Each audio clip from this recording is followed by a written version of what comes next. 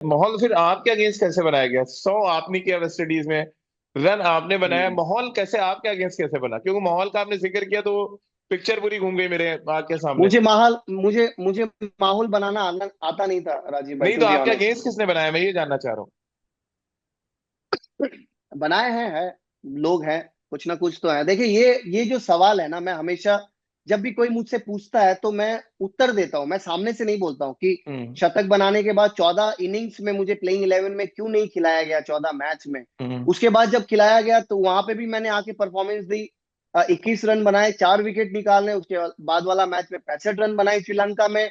उसके बाद फिर जिम्बाब्वे में मेरी खराब गई, इसमें कोई दौर नहीं। लेकिन ये प्रश्न का उत्तर जब तक आप लोग, जैसे आप लोग जो लोग हैं जर्नलिज्म में, जब तक आप लोग MS धोनी से नहीं पूछते हैं हम्म।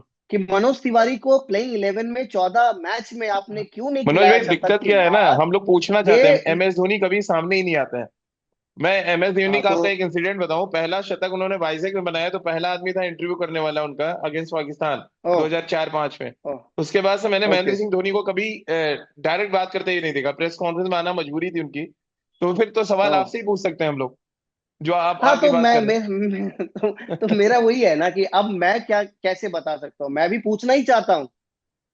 मैं भी तो यही नहीं पूछना तो आप चाहता हूँ, क्योंकि मानते देखिए हैं कि मुझे कप्तान का बहुत बड़ा रोल होता है किसी खिलाड़ी का करियर बनाने बिगाड़ने में? 100%। भाई साहब, तो आप आपका इतने आपका साल करियर से, इसलिए आप बिगड़ा, इतने साल। कप्तान आपका आपके पक्ष में नहीं था? नहीं, मैं ऐसा नाम नहीं नहीं ले रहा हूँ, बोलूंगा कप्तान मैं। बात कर रहा हूँ। नहीं नहीं, वो अब सब कोई तो गेस कर ही लेंगे राजीव भाई जी। कि क्या है, अभी कौन है। देखिए, मैं अरे ये नहीं आप तो कहना कई चाहूंगा कप्तान, आप कि खेल। सहवाग के अंडर में खेले, मतलब आप हाँ, धोनी के अंडर बर्बाद। में खेले देखिए, तो। मैं अपना कैरियर बर्बाद के नजरिए से नहीं देखूंगा। मेरा कैरियर बहुत छोटा सफल करने रहा के है। नतीजे से देख सकते हैं। हाँ, अंतर्राष्ट्रीय क्रिकेट में कह सकते हैं आप। जी। अंतर्राष्ट्रीय क्रिकेट में मुझे वो सपोर्ट नहीं मिला जो मिलना चाहिए। और खासकर देखिए, आप इसमें से कोई, इसमें ये ओपन सीक्रेट है राजीव भाई, हम्म। कि आप जब शतक बनाते हो, आप आप ये मैन ऑफ मानते द मैच हैं, लेते हो। आप ये मानते हैं कि कप्तान और कोच चाहे तो किसी भी खिलाड़ी का करियर बना सकता है, बिगाड़ सकता है इंडियन टीम में? कोच तो आज के दिन में जो कोच साहब है, ये आप कोच का बात लेते हैं तो अच्छी बात है। लेकिन गैरी कर्स्टन थोड़ी ना कोई डिसीजन लेता था उस टाइम। एग्जैक्टली। ये आपके जो कोच साहब थे, क्या नाम है इनका जो उस टाइम था, नाम भूल जा रहा हूं मैं, फॉरेन कोच था वो। जॉन राइट, ग्रेग हाँ, चैपल। नहीं नहीं, जॉन राइट, ग्रेग चैपल, इन लोग तो चले। ग्रेग अच्छा, चैपल तो डंकन अलग फ्लेचर, डंकन एपिसोड हो फ्लेचर गया। है तो उस समय। डंकन फ्लेचर, क्या जी। आपको लगता है डंकन फ्लेचर का कोई प्रभाव होता होगा? हमारे भारतीय इतिहास में, क्रिकेट में हमेशा कप्तानी टीम चलाई है। हम्म। चाहे सिलेक्शन हो, चाहे प्लेइंग 11 हो, चाहे डिसीजन मेकिंग हो, आप चुन लें। कपिल देव जी के टाइम पे कपिल देव चलाते थे, गावस्कर सर के टाइम पे गावस्कर साहब चलाते थे, हम्म।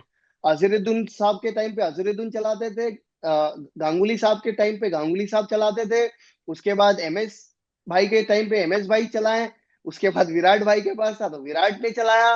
रोहित का है तो रोहित चलाया। लेकिन रोहित के साथ अब जो कोच आया है, वो थोड़ा सा अपने इस पे थोड़ा सा स्ट्रॉन्ग थॉट प्रोसेस ओरिएंटेड है, और थोड़े से आक्रामक विचारधारा के हैं वो, जिससे जी। ये जो कॉम्बिनेशन है, ये इसमें थोड़ा सा अनबन तो होगी, और जो होना चालू भी हो गया है। हो गया जी।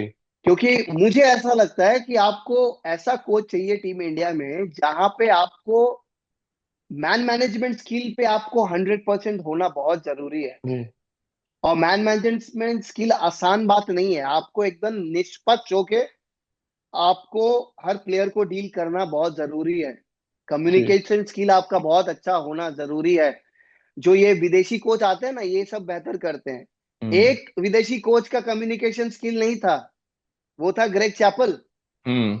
जिसके वजह से ये इतनी बड़ी कांड आप कह सकते हैं जो हुआ था उस टाइम पे। नहीं तो जितने भी विदेशी कोच जिसके मैन मैनेजमेंट स्किल अच्छे हैं, वो लोग सक्सेसफुल कोच बन के निकले हैं। हम्म। जॉन राइट ले लें आप, गैरी कर्स्टन ले लें आप, डंकन फ्लेचर कुछ सालों तक थे वो।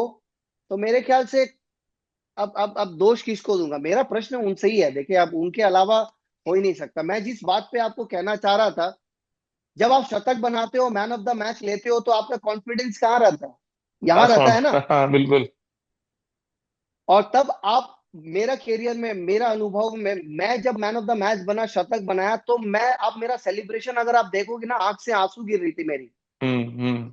फिर भी मैंने कंट्रोल की, शतक बनाने के बाद आंख से आंसू निकल रही थी इमोशंस के थ्रू। अब मैं यही सोच रहा था कि यार मैं अब इस मकाम पे बिलोंग करता हूँ, इस जगह पे मेरा, अब मैं कर सकता हूँ। हम्म। ये सोच विचार थी मेरी। मुझे आभास भी नहीं था कि आने वाले मैचों में मैं बैठ जाऊंगा। तो आपका जब पीक पे आपका कॉन्फिडेंस को क्रश कर दिया जाता है किसी भी कारण से, हम्म। अब वही कारण मैं जानना चाहता हूँ।